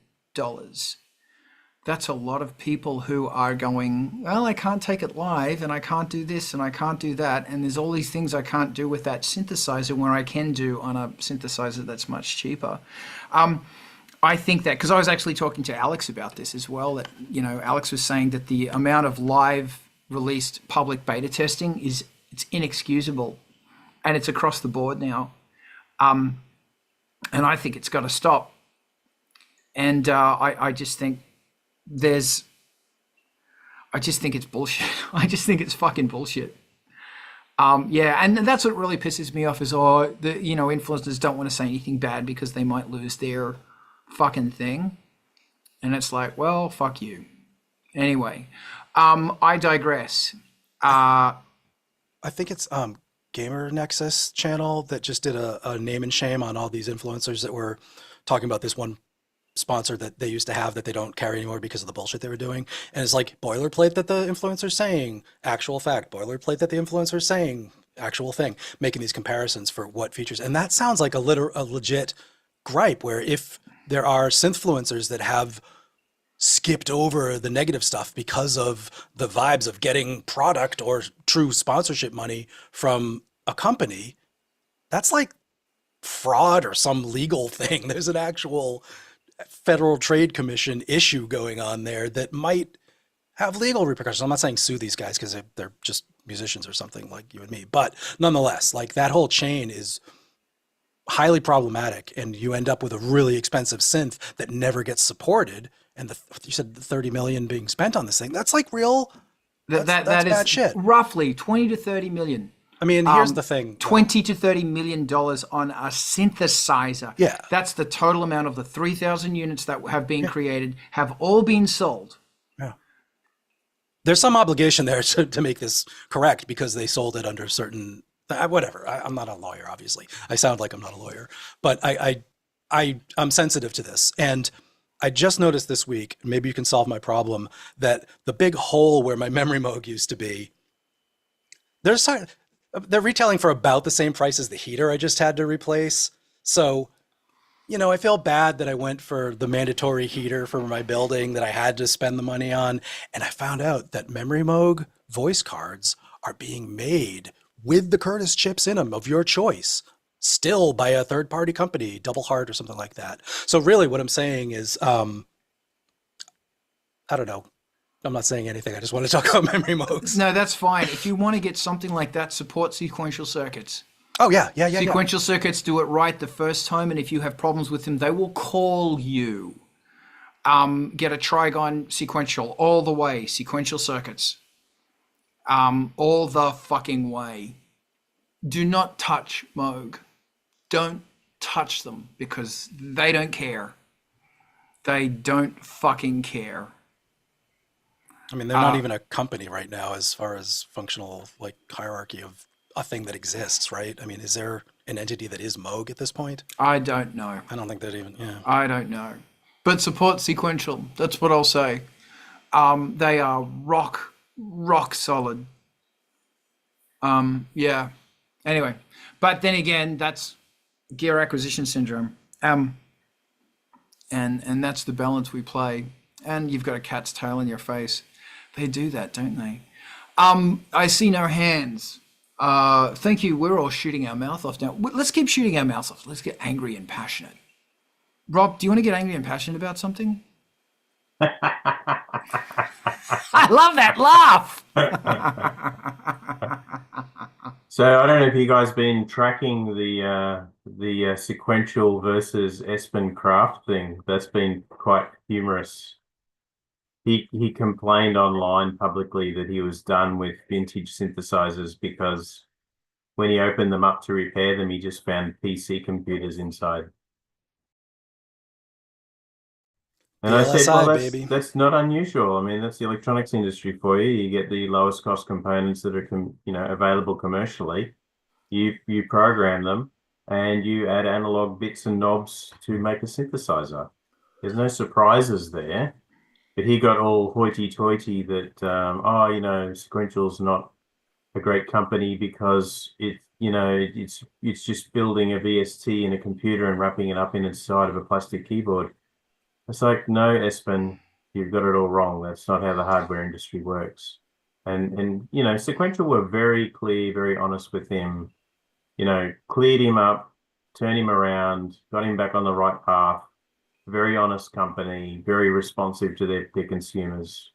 And, now Espen's not mouthing off as much as he was about, classic synths being a ripoff. Because his point of view was, why should I spend, $5,000 on a synth when it's got a $1,000 PC inside of it running the VST? And, on the surface, it makes sense. But, to the untrained person, it probably makes sense. And that's why it was dangerously influential. But it does take a lot of passion and time and effort to design software and hardware for any product to be useful for live gigs or for recording. It's not just about the compute. the compute part is one small component of the overall object. So yeah, no, that's a very interesting topic. Anyone else's thoughts on that? I Yeah, enjoyed it. I've got my TIG 5, and it's the only piece of sequential gear that I have, but I love it. I trust it. It's good at being what it is. So good at it that I do not worry about whether or not it will just keep being good at it, because it is that freaking good. And the one the unit that he had in question, I mean, like, yeah, I considered picking one of those up because I already trust sequential and I'm not worried. And the whole, there's a computer on the inside.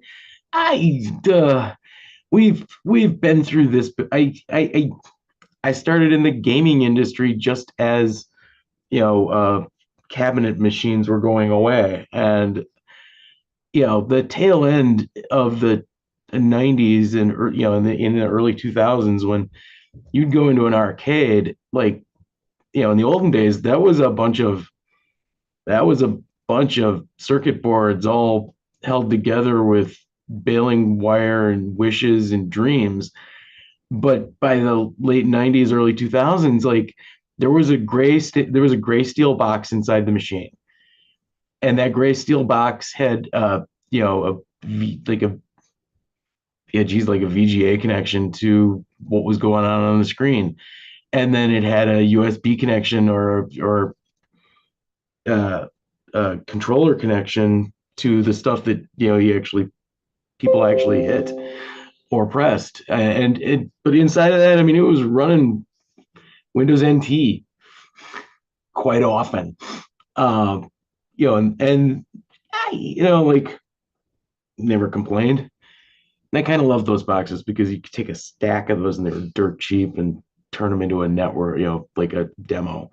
But like the gaming industry got over this ages ago, and I think the music industry needs to kind of get on top of that as well, because it's if you make a good VST running well inside of on a motherboard inside of a cabinet that has all of the like actual meaningful controls well laid out and well represented and set up in a useful way, and it's hyper trustworthy, who freaking cares? Does it sound good? If the answer is yes, then good. If it doesn't sound good, then don't buy it. That just sadly is kind of getting into the influencer territory there, because I'm sure that there have been plenty of times they've been paid to make it sound better than it is.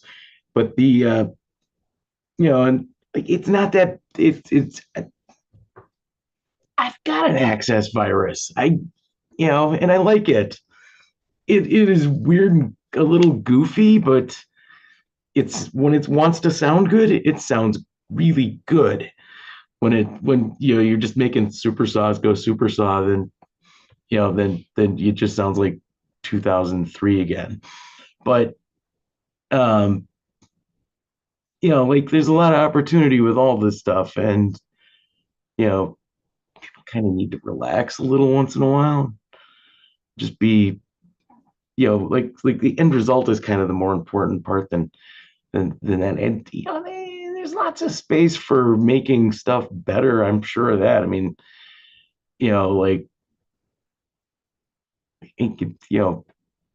better filters are better filters. Maybe they're analog, maybe they're digital, I don't care. All right, I've run out of rant. Good rant. Thank you very much, Razi. Yeah, Rant. all that shit about the knobs, that's where I was going to go with this, is like totally the well laid out panel is the huge advantage. And if there's a FPGA in there doing the heavy lifting, then that's the way they did it. And if there's one thing that I've sort of learned on the internet, well, specifically the Vulture Culture comparison between the plugin and the hardware synth that he's got going, A B a patch back and forth, and it's like, yeah, sometimes the VST sounds better because they paid more attention to hyping the oscillators and more chorus on it, and it's a little bit louder. Sometimes the hardware version, I don't know if I've actually heard him comparing a discrete component analog synth to its VST counterpart, But generally speaking, without effects, a few oscillators stacked together, they sound pretty cool, but they don't sound like massive. They sound like you want to put some effects on it and do something with it. So that said, hard agree on the quality difference between even Moog stuff and sequential stuff, like going back to historically. Example of one, and I'm talking of the most complicated synthesizer that they built that destroyed the company and ended them for a good chunk of time, compared with sort of the height of the memory Moog, the height of simplicity in the sequential world, which is like kind of a single voice of a Prophet 5 or whatever with the Pro 1.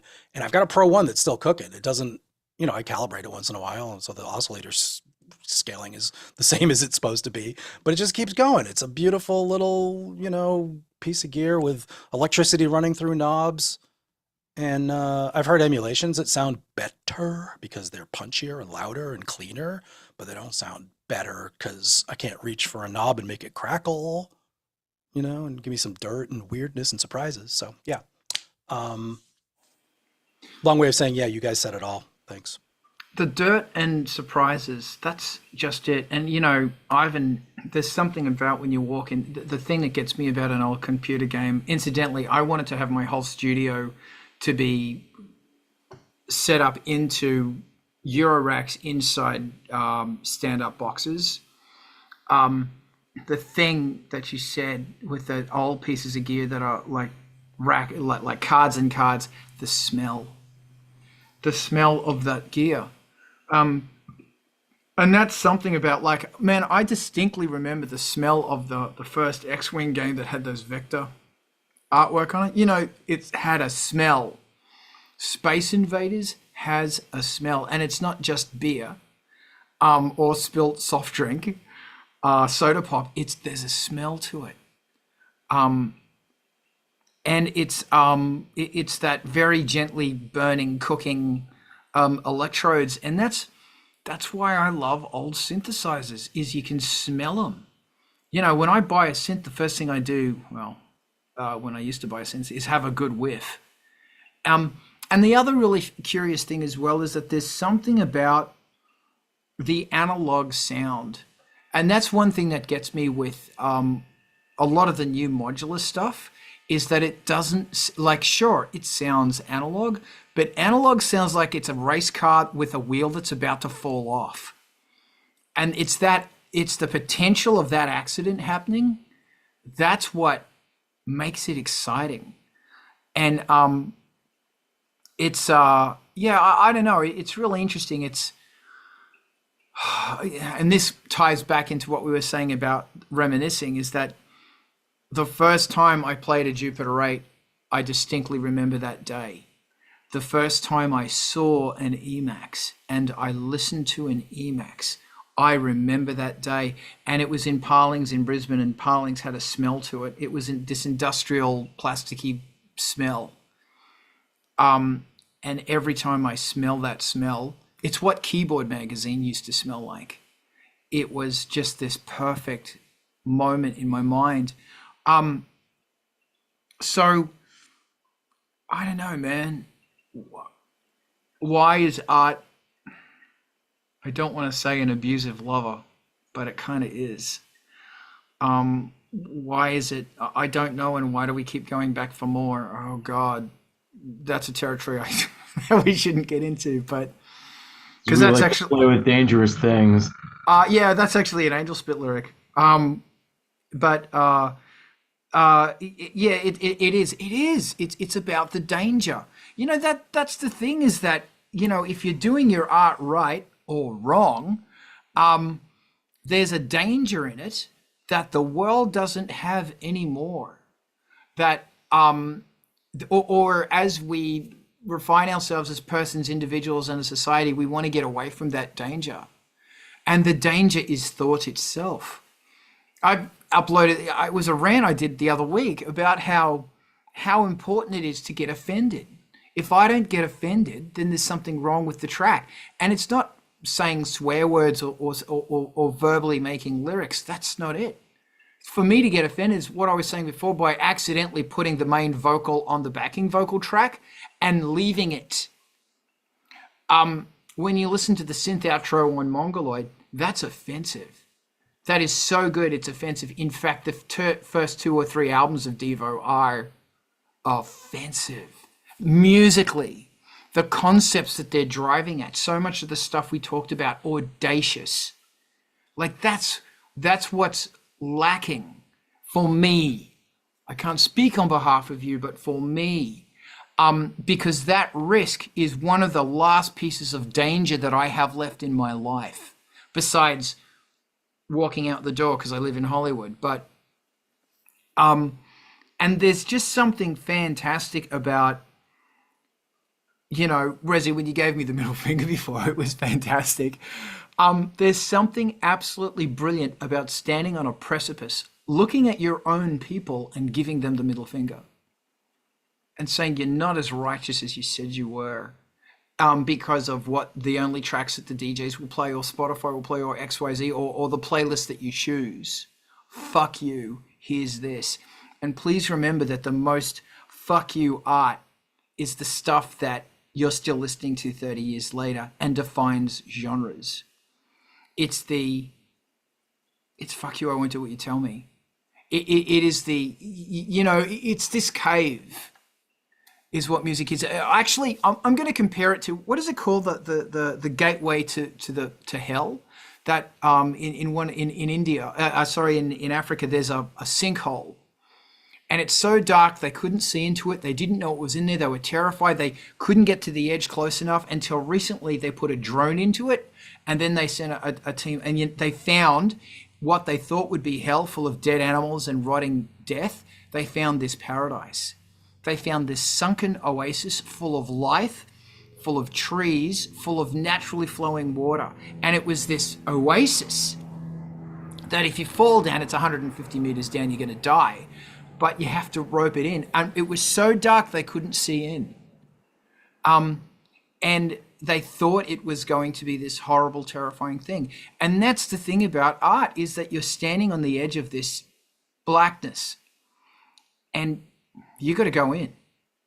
And it's intellectual blackness. It is creative darkness. It is creative, this vast unknown that is, it's this risk that if you go in there and you bring forth its message, or you tell a tale about what you saw, you might run the risk of creating something fantastic, better than what you thought you could do, or different to what you thought you could do.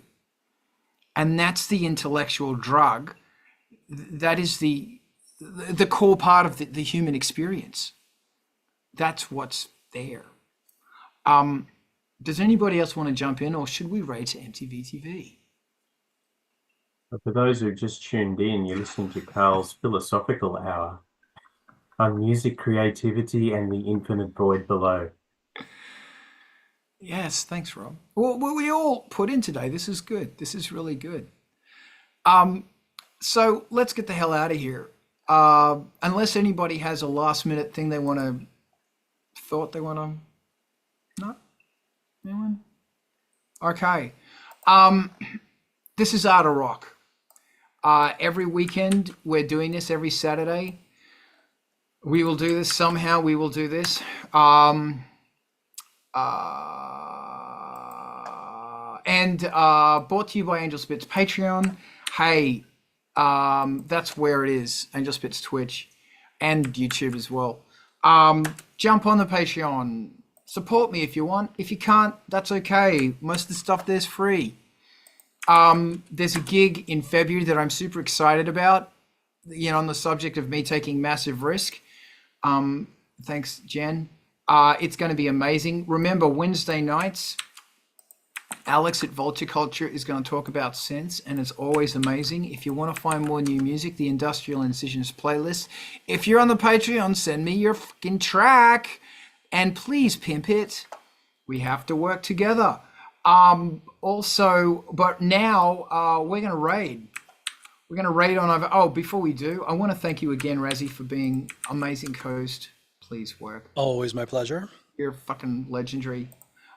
We're going to raid on over to MTV TV. So that's where we're going. And thanks for being a part of this. Diana, let me know when we've rated. And yeah, we're just going to hang back here and talk. Yes, we will. Thank you again, Armor and Quills. Yes, and we have to spoil our kittens. See you next week. But I think we're still streaming. I just can't tell anymore. Mine switched. I rated All right, cool. Twitch. Rock and roll.